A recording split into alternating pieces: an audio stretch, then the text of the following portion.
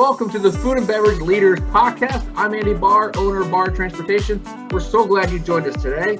Now, our mission here is very simple at Barr Transportation. It's to provide you with the most reliable and honest national transportation for your goods, paired with proactive communication throughout the entire life of the load.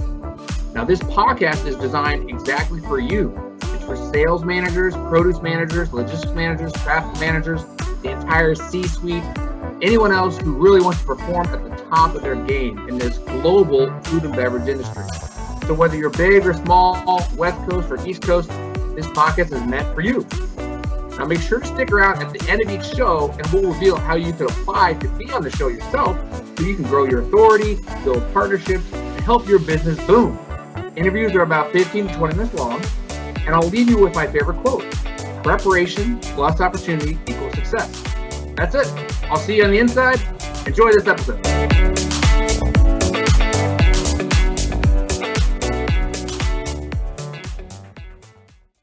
All right, everyone. Welcome back to another episode of the Food and Beverage Leaders Podcast. Today, we're with Shay Myers with Owyhee Produce out of Boise, Idaho. Shay, welcome, and thank you for being on today. Yeah, thanks for having me. Glad to be here. Yes, sir. Shay, a lot to get jam-packed in here with today's talk. You are like the top veteran of the onion space. You're with Owyhee Produce that I see feeds about 6 million Americans every year. So obviously a pretty large operation there in Boise. But before we go, why onions? Kind of let's step back and, where'd you go to school? Kind of where are you from? I'm from about 800 yards from where I'm sitting here today. I'm from Nyssa, Oregon. Okay. I'm actually, our packing operations are in Parma, Idaho. That's an area that's right on the Oregon-Idaho border. I grew up as a farm kid. I grew up around agriculture. I really didn't think I wanted to be a farmer. I didn't think I wanted to come back to the farming operation. And as I got a little bit older, matured a little bit, and recognized the blood, sweat, tears, and legacy that came, that was built before I was ever even a thought in anyone's mind. I decided that I should at least give the operation a chance. So I was at Boise State. I graduated in 2005, and the family knew that we should be participating in fresh pack onions. We weren't doing that at the time. We were growing onions, but we weren't fresh packing. And my family has always been very willing to take risk with family members and to provide opportunities with the expectation that it would create something in the future. So they threw me to the wolves. I made lots of mistakes. I did a few things right. And today we're probably in the top 10 largest growers, shipper, packers in the country. So it's been a pretty wild ride for the last 15, 16 years. Wow.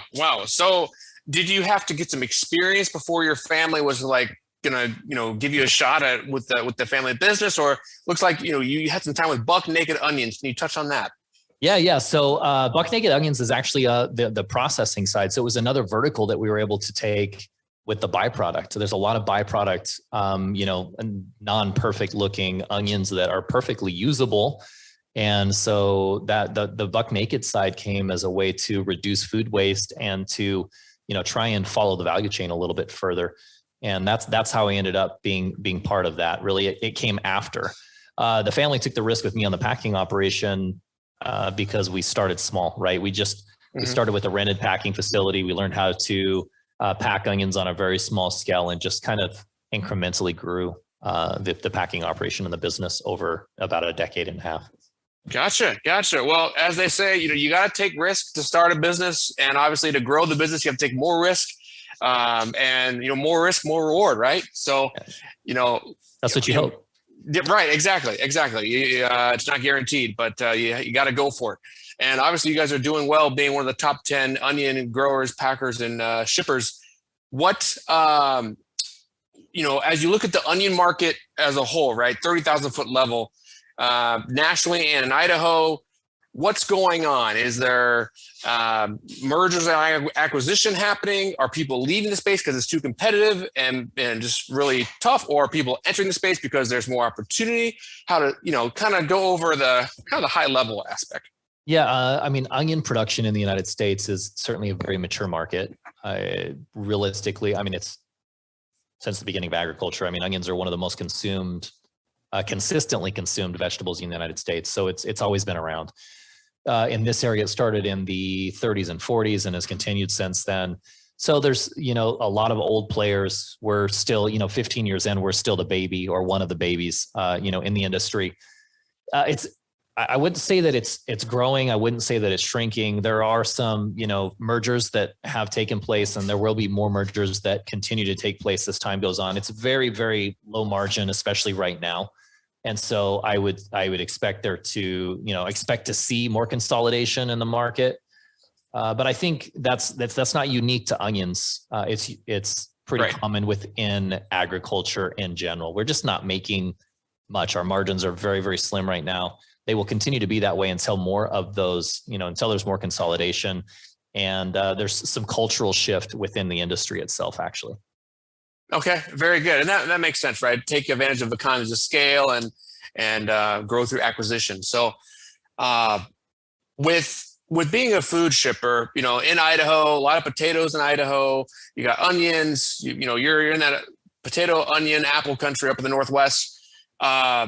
You got to have labor, obviously. You got to have reliable labor. You got to have productive labor. How do you recruit, train, and retain your labor? Yeah, that's a really good question. It depends on which aspect of the labor pool we're talking about. Like the entry level stuff has shifted from what used to be migrant workers that would go from Texas to California to Idaho and then back down to Texas and California. They would kind of make this circular motion around the country. And that's gone away. And about the last 15 years, frankly, about the time I started, it was when, and probably 5 years before that, that was mostly ending. So what we have is a domestic workforce that lives here and has lived here for at least a generation for the most part, usually 15, 20, 25, sometimes 30 years. Those folks we bring in, and one of the distinct advantages, frankly, that I have that has helped for employee retainment is I speak Spanish. So I can get employees that would be otherwise, that have a phenomenal skill set, a great work ethic, but don't have the communication skills in English that they need to for that upward mobility. So what we found in our company is a lot of people that have had that upward mobility because they're able to communicate more profoundly and on a more significant level than that they could if they were trying to use basic English skills, or if I was trying to use basic Spanish skills. So that's one thing. And one thing that a lot of people don't think of, but your communication, your language is going to not just to limit the employees, but you as an employer, it can limit you as well. So Spanish and using that language and having that fluency has been invaluable in being able to, grow people from within. Then the next level for employees would be because that domestic pool is drying up. We do a lot of H-2A workers that come from Mexico. That's a temporary ag worker. And those folks come in on a temporary basis, 7, 8, 9 months at a time into the positions that we can't fill with that domestic workforce. Okay. And, is there anything beyond the language aspect? Is it maybe respecting certain Latino holidays, or, maybe the way you respect the workday? Maybe it's, there's a little break in the middle of the day, or is it anything culturally, right, that beyond the actual language? No, well, culture is, national culture, aside from your work culture, is critical. And understanding the way these folks do want to work certainly has an impact. We share a lot of meals together because that's important to them. Nice. It's really enjoyable for me to be able to sit down and have essentially a potluck, what we would call a potluck, and share those meals together in that time with one another. I just lost the rest of my train of my thought. Sorry. You'll have to add that in. So the rest of the question was what else we're doing to retain? Is that what it was? Yes. So basically keeping employees engaged and the workforce engaged, so they don't just come for one season and leave. They like to come work for Owyhee, right? Right. They feel like it's home, and they don't have to go find another place, right? Right. And another thing is that flexibility. A lot of places, entry level or middle skilled work, because I don't like the word non-skilled is absolutely not true.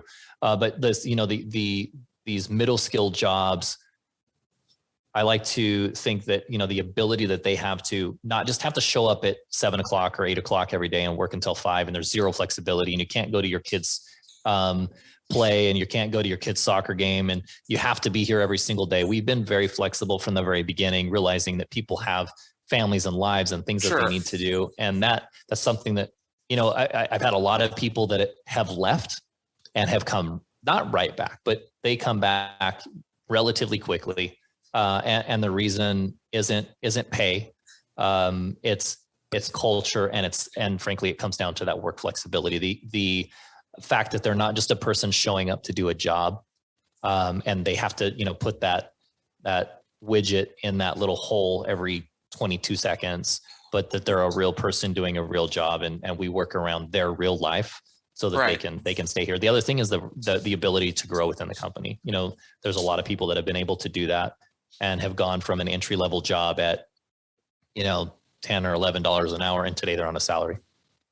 Oh, that's great. Yeah. And those are such universal concepts. Doesn't matter if you're growing onions or squash or another food commodity. If you treat people right, you take care of them with pay, but also just knowing, hey, they're a person, they might need to skip out to go watch a kid's soccer game.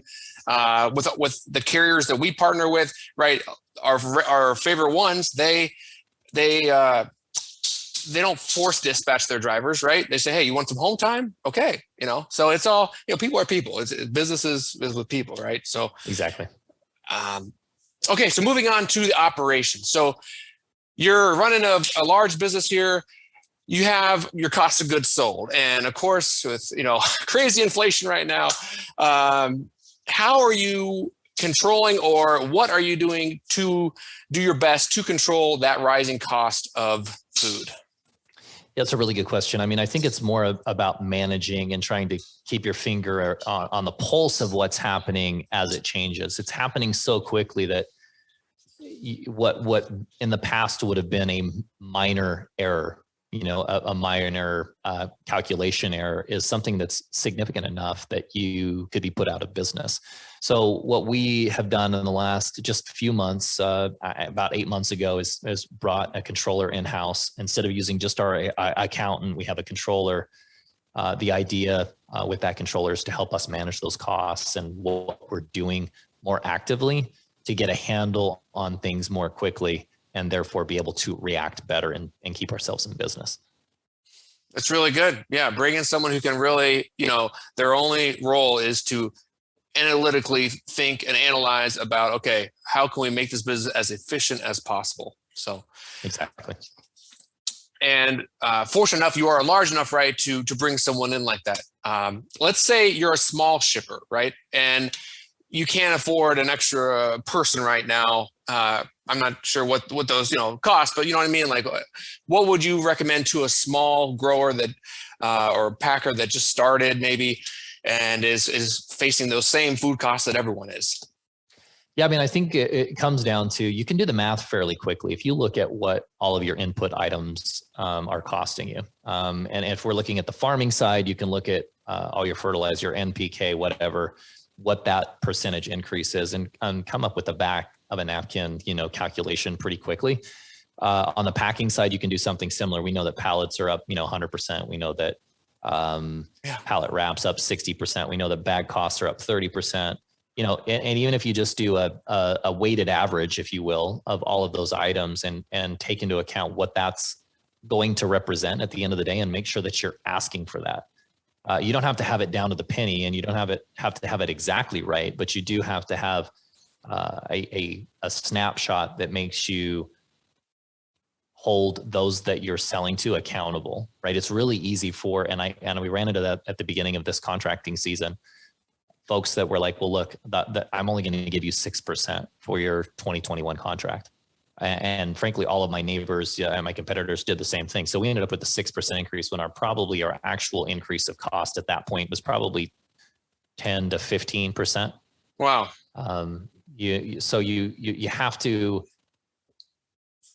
You want to make sure that you have those numbers and you hold your ground, and you hope that those that are around you within your industry are quick enough and proactive enough to realize what those costs are, because I guess the good news in this whole thing is when it's 30 or 40%, like it's going to be for 2022, is this what it looks like right now? 30% conservatively. If my competitor decides to go out with 2021 prices, they'll be out of business in 1 year. That's the good news. It's the bad news for that person, but it's the good news for the rest of us that are trying to be proactive and are not willing to take those cheaper contracts. It's like, okay, go ahead and take it, but you're going to hemorrhage so much and lose so much so quickly that you won't be in business in 12 or 13 months. Right. You'll lose some contracts short term, but in the long run, you'll still be in business, right? Exactly. Exactly. So I mean, think in the if long it works run, out the way that it should, yes, you'll still be in business. I mean, at 30% price increases, I mean, we're all at risk every single day, regardless. I mean, those of us in agriculture, at least, because we're still price takers. We can try and set prices for a percentage of our crops, but we're still price takers. So but we can raise the floor. And I guess if I was talking to any shipper, that would be the thing. Make sure that you're raising the floor for yourself and for the industry and for those contracts, so that you're taking into account what the actual, to the best that you can calculate what those are, and hold out, because if we were in a different industry, that's what we would have to do. That's what we need to do. Smart advice. Okay. So as we kind of, wrap up here, do you have maybe a new type of onion or any new programs coming out? Anything you want to touch on? Tell our listeners. Yeah, probably the coolest thing we really have, we did the initial introduction last year, is what we call our Wicked Sweet Red Onion. That's a tierless red onion that's been in the works the seed breeders started on it over 20 years ago. We're the only grower here in the United States. It's an amazing onion. Wow. It's hard to get excited about onions if you're not in the onion industry, but for me, when you can take an onion and bite into it and just chomp on it, and you're not tearing up and crying, and right, you got something special, and that's really probably the most exciting thing that we have. We continue to work on distinct shipping points throughout the nation, just to try and relieve some of the pressure as these logistics challenges come into place. The inability to cover loads on occasion, to point X, Y, or Z, to have a backup, a plan B or C, so that we make sure that we take care of our customers, is probably the other component that we're really working on to make sure to keep our customers happy and in supply. Definitely. Yeah, I know you touched on logistics. So what are you doing to kind of have backup plans to, like you said, you want to make sure those loads are covered in a timely fashion? Of course, sometimes it has to be pushed a day or two, but maybe just reaching out to more companies, or what are your recruiting efforts, I guess, if that's the right term? Yeah. I mean, it's really challenging to decide what the best move is. We did start with we brought more in-house transportation guys in to help source operators, and to just be available to communicate more quickly, to try and reduce some of the friction. That's one. The other is to we've used alternative, or looking at alternative methods for shipping, where traditionally we have not been a rail shipper. And we set the ball in motion last season to be able to ship rail cars in 2021. So we've started shipping rail cars and that just takes, every rail is 4 semis, right? So that takes some pressure off as well. And I guess the other thing is just to work regionally. The regional hauls are a lot easier to cover than the coast to coast type of stuff. If we're trying to go to the Northeast, New York, New Jersey, or to Miami or Orlando, on the other end of the southern part of the country, those are the lanes that are the hardest to cover and the most expensive. So can we find, other locations? And I think that's really the thing. We just had a marketing meeting with our sales team today. I think that's really the most interesting thing. Like, with these freight prices, I say nothing fixes. My grandpa used to say this all the time. Nothing fixes high prices like high prices. With freight costing what it is today, one of two things is going to happen. Either the freight's eventually going to come down and has to, or the lanes that traditionally existed from the West Coast to the East Coast are going to dry up. Sure. And we're in flux right now, where we haven't lost all of our East Coast customers, but we have lost a significant amount of our East Coast business. We can replace that with rail, possibly, but that's not a perfect alternative, especially for someone like a retailer who wants, just in time delivery. They want the best quality. They want, shipping by rail just doesn't work for those people. So do those retailers start to source from the Northeast, or do they find an alternative shipping method, or do they consolidate? I mean, there's all these things that come into play, but one thing's for sure, like we can't continue. It's not going to work when there's as much competition as there is for onions and potatoes to, spend $9,000, $10,000, $11,000 to ship from Idaho to New York. Absolutely. Right. And, being November 1st, Florida just started its produce season down there. So that should help a little bit with inbound Florida, but, it's tough either way. And then then you face the September, August, July, where Florida typically dies down after the produce season. And then, it's back to high prices again. So you never know. But I second your thoughts on the regional. If it gets so expensive, it's not worth it, right, to ship it across the country. So hopefully we'll get to that point. Hopefully the robots with no drivers needed will fix it, but that might take a while. And plus it's all cyclical, right? Like you said, it's going to be these high rates will subside, and it might just take a year or so, but it'll be ebb and flow like all markets. So yeah, it'll be interesting to see what happens. I mean, time will tell for sure. Absolutely. Okay, Shay. Well, let's say people want to connect with you. What you have what's the best website, or maybe if they literally want to connect with you personally, or your marketing team, your sales team, how does one connect? Yeah, probably the easiest thing is to find us on Owyhee Produce. Owyhee is Owyhee. Look us up online there if you want to check out the items that we have for sale. I mean, the onion items that we have for sale. And if you want to connect with me directly, probably the best place is LinkedIn. You'll find me Shay Myers on LinkedIn. If for some reason you want some other quasi-interesting farm facts that are a little bit more consumer driven, you can find me on Instagram or TikTok at Shay Farm Kid.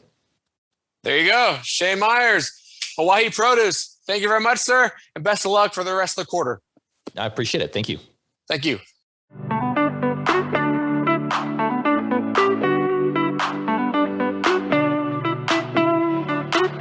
All right. Thank you for listening to the Food and Beverage Leaders Podcast. I'm Andy Barr with Barr Transportation.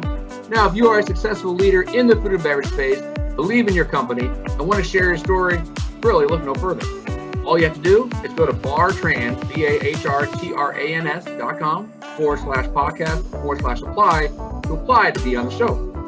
Lastly, if you enjoyed listening to our show, please consider sharing the link or a screenshot on your social media accounts. We want to help as many people as possible who truly believe education and discussion is where it all starts. Of course, if you know someone that would be a great guest, connect us and we'll explore to see if it's a good fit. Again, thank you for listening to the Food and Beverage Leaders Podcast. And as always, we'll leave you with our favorite quote: preparation plus opportunity equals success. Now go crush life.